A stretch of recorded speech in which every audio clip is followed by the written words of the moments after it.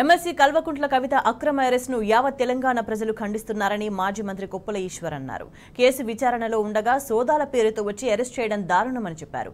ఉద్యమాల పార్టీ అయిన బీఆర్ఎస్ ఎవరి బెదిరింపులకు భయపడదంటున్న కొప్పుల ఈశ్వర్తో మా ప్రతినిధి రమేష్ ఫేస్ టు ఫేస్.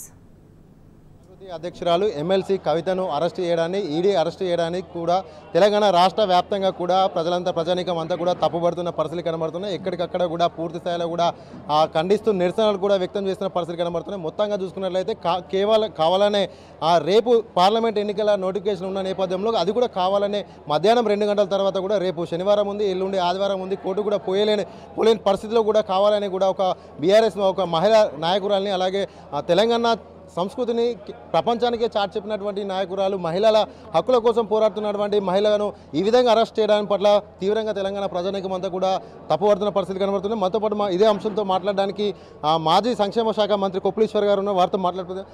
చెప్పండి అన్న, ఎట్లా చూడొచ్చు ఈడీ వైఖరిని ఎలా చూడొచ్చు? కావాలనే ఈ మధ్యాహ్నం 2 గంటలు దాటిన తర్వాతనే సోదాలంటూ కూడా వచ్చి వారెంట్ కూడా లేని టైంలో ఎలా అరెస్ట్ చేస్తారో ఎట్లా చూడొచ్చు కేంద్ర ప్రభుత్వం యొక్క వైఖరిని?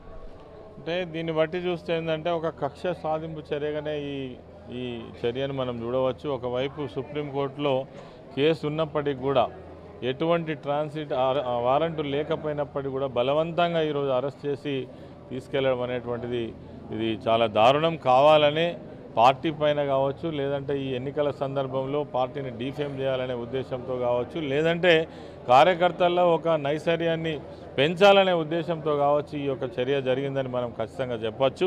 దీన్ని మేము తీవ్రంగా ఖండిస్తూ ఉన్నాం. ఎందుకంటే కవిత గారు తెలంగాణ ఉద్యమంలో ఒక మహిళగా బ్రహ్మాండమైనటువంటి పాత్ర పోషించినటువంటి నాయకురాలు. మరి తెలంగాణ వ్యాప్తంగానే కాకుండా దేశం మొత్తంలో ఎక్కడైతే తెలుగు వారు ఉన్నారో, తెలంగాణ వారు ఉన్నారో ఆ ప్రాంతం అంతా కూడా తెలంగాణ ఉద్యమంలో బతుకమ్మను ఉద్యమంగా చేసుకొని పనిచేసినటువంటి నాయకురాలు కవిత గారు. కాబట్టి ఈ చర్యను మేము తీవ్రంగా ఖండిస్తూ ఉన్నాం. రేపు పార్టీ ఏ రకమైన నిరసన కార్యక్రమం ఇచ్చినా విజయవంతం చేసి ప్రజల్లోకి ఈ విషయాలను తీసుకుపోవడం కోసం ప్రయత్నం చేస్తాం. అంటే ఎట్లా చూడవచ్చు ఈ నేపథ్యంలో, ఈ జరిగినటువంటి సంఘటన నేపథ్యంలోనే బీజేపీ కాంగ్రెస్ రెండు ఒకటే అనుకోవచ్చా? ఇక్కడ ఉన్నటువంటి రేవంత్ రెడ్డి కావచ్చు, అక్కడ ఉన్నటువంటి నరేంద్ర మోడీ కావచ్చు, వీళ్ళ యొక్క వైఖరి ఎట్లా చూడవచ్చు? ఈ రెండు పార్టీలు ఒకటే అనుకోవచ్చా? కావాలనే బీఆర్ఎస్ను పూర్తిగా భూస్థాపన చేయడం కుట్రలో భాగంగానే ఇలాంటి చర్యలు చేపడుతున్నాను అనుకోవచ్చు?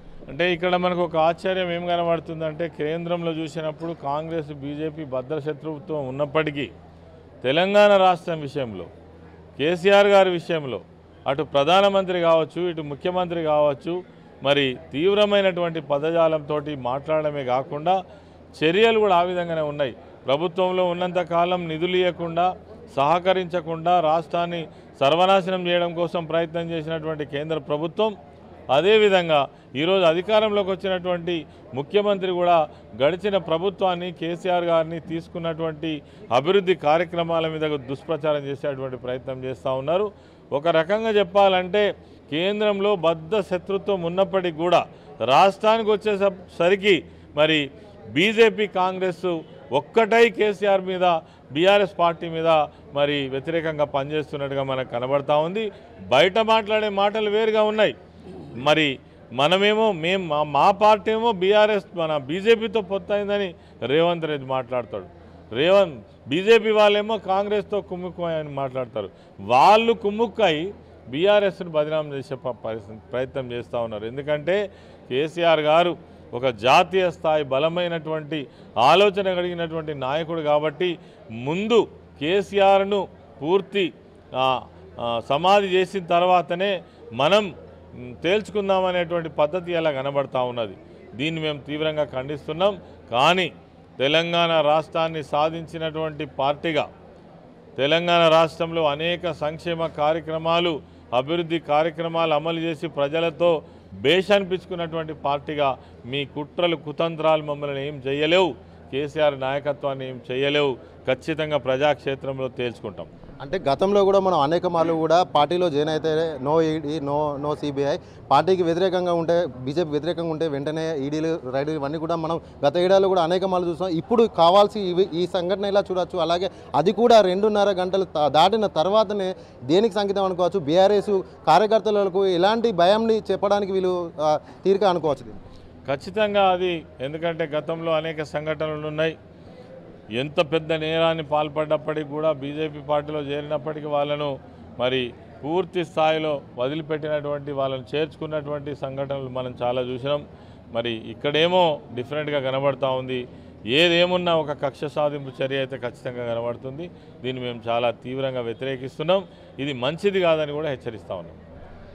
ఇది మాజీ మంత్రి కొప్పుల ఈశ్వర్ గారు చెప్తున్నటువంటి ఇది కావాలని బీఆర్ఎస్ పార్టీని ఒక కుట్రపూరితంగా ఎక్కడికక్కడ భూస్థాపితం చేయలో భాగంగానే బీజేపీ కాంగ్రెస్ చేస్తున్నటువంటి కుట్రలో భాగంగానే ఈ కవిత అరెస్టుగా ఆయన అభివర్ణిస్తున్నారు. ఈ నేపథ్యంలోనూ బీఆర్ఎస్ పార్టీ ఉద్యమాలు చేసి అనేక కేసులను ఎదుర్కొనే రాష్ట్రాన్ని తెచ్చుకున్నటువంటి బీఆర్ఎస్ పార్టీకి కార్యకర్తలు చాలా మనోధైర్యంతో ఉంటారు, ధైర్యంగా ఉంటారు. ఎవరు కూడా ఎక్కడ కూడా ఇలాంటి భయానికి కూడా బేరిపోరు అంటూ కూడా ఆయన చెప్తున్న పరిస్థితి కనబడుతుంది. రేపు పూర్తి స్థాయిలో కూడా అన్ని నియోజకవర్గాల్లో కూడా పూర్తి స్థాయిలో బీఆర్ఎస్ శ్రేణులంతా కూడా పెద్ద ఎత్తున నిరసన కార్యక్రమాలు చేపడతారని కూడా కొప్పుల ఈశ్వర్ గారు చెప్తున్న పరిస్థితి. ఇది ఇక్కడ ఉన్నటువంటి తాజా పరిస్థితి. వీడియో జర్నలిస్ట్ సంతోష్తో రమేష్, టీ న్యూస్, గోదావరి కన్ను.